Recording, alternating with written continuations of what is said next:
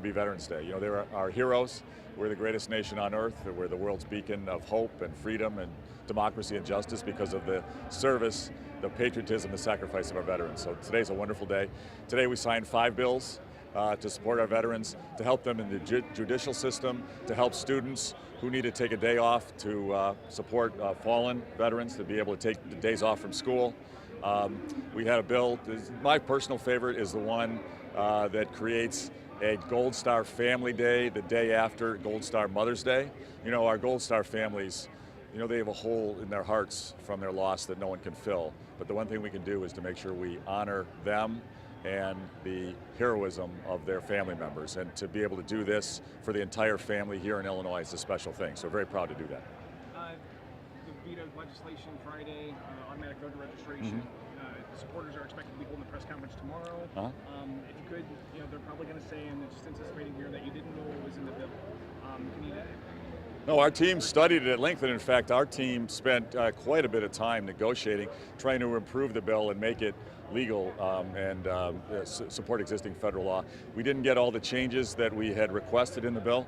I'm a strong advocate for modernizing our election system and easing voter access, a strong advocate. In fact, I signed Voter Bill 1529, I believe the number in the spring, that brought electronic signatures, electronic registration, modernized our system. I'm a big supporter. In fact, and I support the intention of the bill. Unfortunately, the language, I believe, when I read it, violates federal election law, and it does inadvertently, I think, create an opportunity for potential voter fraud or illegal voting, and obviously none of us want that. So the bill itself does not have a requirement for people to actually sign the application to register to vote and proactively say they want to register. It just automatically registers people who have any interaction with state government or various departments. Right now the law is if someone interacts with a department and they say they'd like to register, then the process begins. This just takes that away. It just automatically registers people. Well, unfortunately, that can create a problem because not everyone in Illinois who interacts with state government and receives some government benefits is a citizen. And so there's not a direct overlap there, so an automatic registration there would be a problem, and it forces the government or an agency to go after the fact that they've registered someone, unregister them if they find out there's a problem. That's not the way the system should be.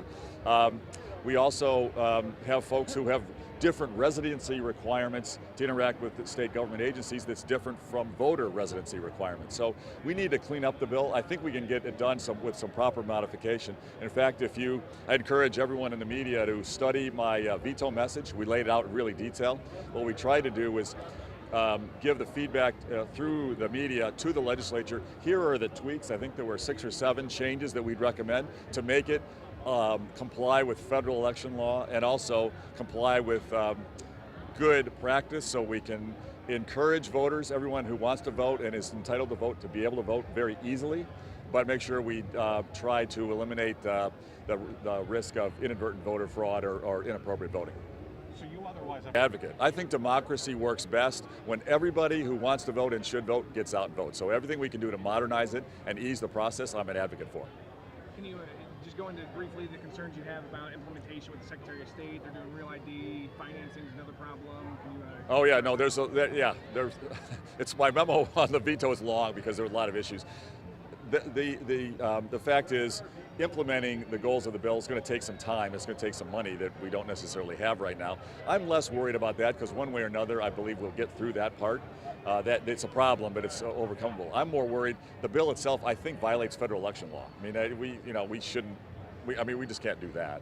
And then the fact that we've got folks who are not necessarily citizens or not necessarily have the same residency requirements as we should have for voting, who interact with the state government and may be automatically registered, and then we have to unregister them. That fundamental process, I think, isn't the right way to do it.